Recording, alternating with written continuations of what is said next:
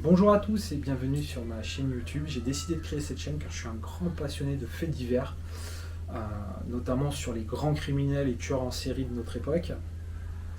Et un magazine répond très bien à ma demande, ça s'appelle L'Envers des Affaires, ça a été créé par Karl Zero. Le magazine reprend des enquêtes en fouillant et en approfondissant vraiment les sujets. Et notamment dans la première parution, moi j'étais tombé sur une enquête de Michel Fourniret, ça avait été écrit par Oli Pourri Santoro, qui a eu la chance en fait de se lier d'amitié avec le fils de Michel Fourniret. Et en fait Fourniret écrivait à son fils quand ils étaient en prison. Il y a toute une correspondance qui date de cette époque, et lui il y a eu accès et vient nous la retranscrire. Et il y a plusieurs faits qui sont extrêmement intéressants pour nous, parce qu'on nous a décrit en fait que Fourniret était un tueur isolé, vraiment seul, alors qu'en fait, on s'aperçoit que pas du tout. Il y a la franc-maçonnerie qui réapparaît quand même régulièrement dans ce reportage. On sait aussi que Fourniret ne dit pas tout, et on a l'impression qu'il est lié soit par la parole, soit par ses connaissances. Et moi j'ai vraiment trouvé ça fascinant. Je vais vous dire honnêtement, cet article, la seule chose que j'ai pu lui reprocher, mais c'est vraiment personnel, c'était sa chronologie. Et donc c'est pour ça en fait que j'ai décidé, moi, de reprendre cette enquête qu'il a réalisée et de la mettre en fait juste dans ma chronologie à moi. Je ne vais pas forcément beaucoup m'en écarter. Par contre, si vous avez des éléments à m'amener en plus pour que simplement étancher ma soif de connaissance par rapport à toute cette affaire, ce sera avec plaisir. Donc moi j'ai décidé au départ de partir du noyau familial de Fourniret, donc de sa naissance, ses parents, dans un premier temps, connaître un petit peu son contexte, et vous allez voir que dès le départ il y a des coïncidences extrêmement troublantes. Donc on va démarrer avec ses parents. Donc Michel Fourniret, il est né en 1942, donc pendant la Seconde Guerre mondiale. Sa mère, elle est femme de ménage et elle travaille pour la commanderie allemande. Clairement, a priori, je crois qu'elle fait le ménage aux messes ou un truc comme ça. C'est ce que j'ai trouvé en tout cas comme élément. On lui aurait prêté une liaison avec un soldat allemand, mais ça reste vraiment une rumeur. Moi, j'ai aucune preuve de ça. Sur le net, j'ai rien trouvé. Clairement, je m'y intéresse pas. J'aime bien les choses quand elles sont établies. Il y a deux choses qui sont intéressantes du côté de la maman. La première, c'est que Fourniret décrit sa mère comme quelqu'un d'extrêmement tyrannique avec lui.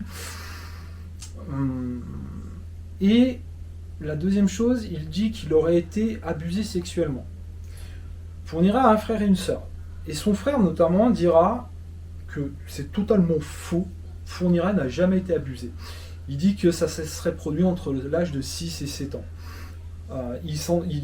Il en parle à Monique Olivier pendant sa correspondance avec elle, lors de sa détention et lorsqu'il rentre en contact avec elle. Mais a priori, il n'y a pas d'éléments qui corroborent sa version. Donc c'est vraiment sa parole contre celle de sa mère. Et moi, la parole de Fourniret, clairement, je ne suis pas fan. Ensuite, il y a son père. Et son père, il va plus nous intéresser, il s'appelait Jules. Il bossait pour les aciéries de Longueville. Et vous allez voir que les employeurs du père Fourniret, c'est quand même assez incroyable. Le père Fourniret, donc c'est un ouvrier, il souffre d'une maladie, il est alcoolique, il va demander le divorce et il va obtenir la garde des 3 enfants. Pour l'époque, c'est quand même assez rare. Il sera dit que la mère de Fourniret avait des soucis de santé, elle avait une santé dite fragile, et en tout cas, il va récupérer tous ses gosses. Alors, on va revenir sur l'employeur. L'employeur, c'est les aciéries Longueville. Elles ont été créées par Renaud Oscar d'Aswalt. C'est un baron, c'est le fondateur de cette aciérie. Et à son décès, son héritier va être Jacques d'Aswalt Fersen. C'est quelqu'un qui est extrêmement connu à l'époque, puisqu'il a lancé la première revue gay. Donc c'est clair que dans les années 1900, il fallait oser. Il est décrit comme un poète, romancier. Voilà, on va dire un homme un peu à la mode dans l'air du temps. Par contre, il y a une affaire qui va nous intéresser. En 1903, il va être inculpé pour incitation à la débauche de mineurs et attentat à la pudeur. La presse, tout de suite, elle va s'emparer de l'affaire. Et elle va dire, non mais attendez, c'est qu'il fait des messes noires à caractère pédopornographique. Donc c'est plus la même chose. Et effectivement, il va y avoir une perquisition qui est faite. Et les magistrats de l'époque, ils vont saisir des têtes de mort, des cierges, des tuniques pour certains rituels, des photographies sadiques et a priori une correspondance dite subjective, assez racoleuse. On n'en sait pas plus sur cette correspondance. Moi, je trouve que ce sera intéressant de savoir ce qui s'était dit là-dedans. Le juge de l'époque, qui s'appelait Charles de Vals, dira, je reprends brièvement ces mots, mais il dira clairement nous avons dû agir pour protéger l'enfance parce que des enfants ont été amenés dans cette maison.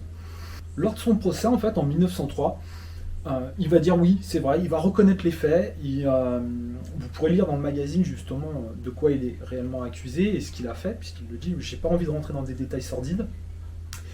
Et il va être condamné à 6 mois d'emprisonnement et 50 francs d'amende. Sauf que le soir même, il va être libéré. Cette libération, clairement, elle tombe bien pour lui. Ça va lui permettre tout simplement de s'exiler en Italie, à Capri, dans une petite villa, pour pouvoir écrire.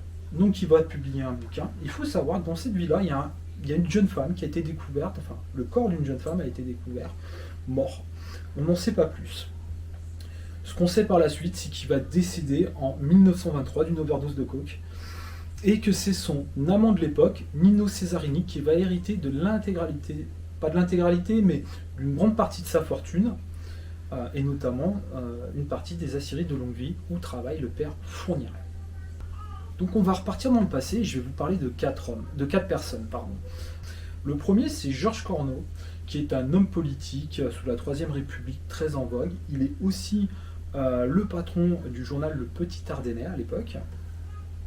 Et il a plusieurs passions, cet homme-là. La première, c'est la chasse. Il va d'ailleurs faire construire le corps de chasse, qui est d'autre que le château du Sautou. On sait que le château du Sautou était quand même un des lieux qui a été acheté par Michel Fourniret. Ensuite, cet homme-là est franc-maçon. Et c'est pas n'importe quel franc-maçon, puisque c'est le grand maître du Grand Orient de France, de 1913 à 1920. Les archives le disent. Et on sait que Fourniret se disait appartenir à la franc-maçonnerie. Alors la franc-maçonnerie dément toute appartenance, mais en tout cas c'était un passionné de franc-maçonnerie. Autre fait important, cet homme-là, alors il y a un fait important, c'est qu'en 1921, Georges Cornot va décider, en tout cas va participer activement à la création d'une colonie de vacances qui va s'appeler la Vénerie. Alors la Vénerie, je ne le savais pas, c'est un terme de chasse, et a priori de chasse à courre. Bon, c'est quand même assez surprenant pour le nom d'une colonie de vacances, mais j'ai envie de dire, allez, pourquoi pas, le mec est passionné de chasse, allons-y. Et un deuxième personnage apparaît, c'est Louise d'Hôtel. Louise d'Hôtel, c'est la femme de Georges Cornot. Il y a des choses assez intéressantes. La première, Louise d'Hôtel, le nom nous rappelle quelque chose, c'est qu'il y a un écrivain qui s'appelle André d'Hôtel, qui est des Ardennes, et Michel Fourniret est passionné par cet auteur, il le cite énormément d'ailleurs dans les lettres qu'il échange avec Céline Fourniret. Il se fait même d'ailleurs, a priori de ce que j'ai lu, livrer la collection complète de cet homme en cellule. Je ne sais pas s'ils ont un lien, j'en ai aucune idée. Par contre, Louise d'Hôtel est une bienfaitrice de cette colonie, elle vient faire des dons, et il y a un fait marquant. Il y a une parution dans un journal du 19e, le 27 décembre 1896, dans une brochure, on va retrouver un acte d'infanticide où la personne a reconnu les faits. Et cette personne, elle s'appelle Louise d'Hôtel. Les dates correspondent, mais on n'arrive pas à savoir si c'est la femme de Georges Cornot ou pas. Mais c'est quand même une coïncidence extrêmement troublante. Vient ensuite un troisième homme qui s'appelle lui Gustave Gobert, qui était un prof de lycée à Charleville-Mézières. C'est aussi un petit écrivain, je vais le qualifier comme ça, parce que ce qu'il écrit, enfin les petites citations que j'ai lues, ça me fait pas envie de me plonger là-dedans. Mais cet homme-là va être le secrétaire général de cette colonie de vacances. Il va parler des enfants en disant que les enfants qu'ils vont accueillir au camp de vacances, il va les qualifier de sangliers ardennais. Clairement, les citations que j'ai pu lire, je les ai trouvées extrêmement malsaines, dérangeantes.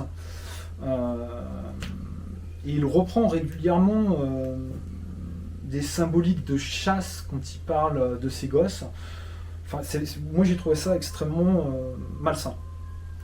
Et enfin, le quatrième personnage qui va apparaître, on n'a pas son nom, c'est un rapport qui date de 1928 du comité. C'est la directrice des imbéciles, des idiots et des gens mal nourris. Mal nourris, forcément, on est à l'après-guerre, ils ne peuvent pas manger les pauvres. Il va y avoir en fait, pour cette colonie de vacances, énormément de bienfaiteurs qui vont venir mettre de l'argent, et notamment un personnage qui s'appelle Léon Crépel. Et Léon Crépel, eh ben, c'est simplement un homme qui appartient aux Aciéries de longue vie. Et c'est un donateur. C'est quand même hyper surprenant. Mais vous allez voir que quand on creuse, et vraiment le journaliste a fait un boulot de dingue, je ne sais pas comment il s'en est sorti, il a trouvé une coïncidence énorme. En 1983, il y a un étudiant, André Markievicz, je crois, ça se prononce comme ça, qui a fait un mémoire d'études. Il s'est penché sur la répartition du budget de l'entreprise des aciéries de longue vie. Il s'est aperçu que de 1962 à 1980, 90% du budget était alloué aux colonies de vacances. C'est quand même hyper dingue. Et que, en plus de ça, jusqu'en 1962, le comité d'entreprise n'avait pas de droit de regard. Alors moi, ça me choque dans le sens où une entreprise qui est censée générer des bénéfices injecte 90% de son budget dans une colonie de vacances, dans le domaine de l'enfance, ça ne va pas lui rapporter grand-chose. Surtout par les temps qui couraient à l'époque. À chaque fois, c'était sur des sorties d'après-guerre. On sait que ces gosses étaient récupérés parce que, comme je vous le disais, ils étaient pupilles de la nation, ou alors on les prenait parce que c'était des fils ou des filles d'ouvriers. On sait qu'à l'époque, la vie était extrêmement difficile, mai 68 n'était pas encore arrivé, donc les salaires étaient encore assez bas. Vous aviez de fortes chances de peu ou de pas être payé. Et eux, ils mettent 90% du budget là-dedans. Moi, personnellement, si je suis chef d'entreprise demain, 90% du budget, je le mets dans l'innovation, la recherche, ce que vous voulez. Enfin, vous prenez n'importe quelle entreprise normalement constituée, c'est ce qu'elle va faire. Eux, non, c'est les gamins. Et le père de Fourniret travaille là-bas. Et donc, vu que le père de Fourniret travaille là-bas, lui, il va bénéficier aussi de ses colonies de vacances. C'est un ami à lui qui le dit dans l'article, comme quoi ils vont partir effectivement en colonie de vacances. Et moi, je trouve ça quand même, je trouve que la coïncidence est plus qu'énorme. Et je me dis, et c'est là où je pense, où il veut nous amener, c'est est-ce qu'il n'y a pas un lien de cause à effet entre ce qui s'est passé avant et ce qu'il est devenu. Alors ça excuse en aucun cas ces crimes, mais est-ce qu'on ne pourrait pas creuser de ce côté-là? Mais moi, aujourd'hui, c'est la question que je me pose réellement sur cette affaire, dans un premier lieu, c'est putain, mais en fait, Fourniret, les affaires, elles commencent aux alentours de 70 à peu près, en 1970, quand il est jeune adulte. Mais en fait, est-ce qu'il n'aurait pas été conditionné avant? Alors, parce que je ne suis pas complotiste, hein, mais voilà, quand je vois dans quoi est la gravité petit, les gens qui étaient à l'origine de tous ces projets, je pense qu'on a le droit de s'interroger. Et en fait, voilà, là où je voulais en venir, dans ce premier épisode, j'espère que vous aurez pris autant de plaisir que moi à le faire, que vous à le regarder.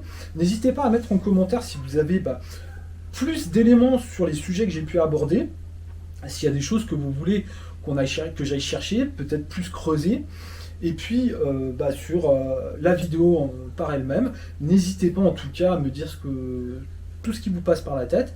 Moi je vais faire donc ce prochain épisode, alors ça me prend énormément de temps parce que j'essaye d'être le plus concis possible et le plus clair, mais je ne sais pas si c'est toujours le cas. En tout cas, je vous remercie.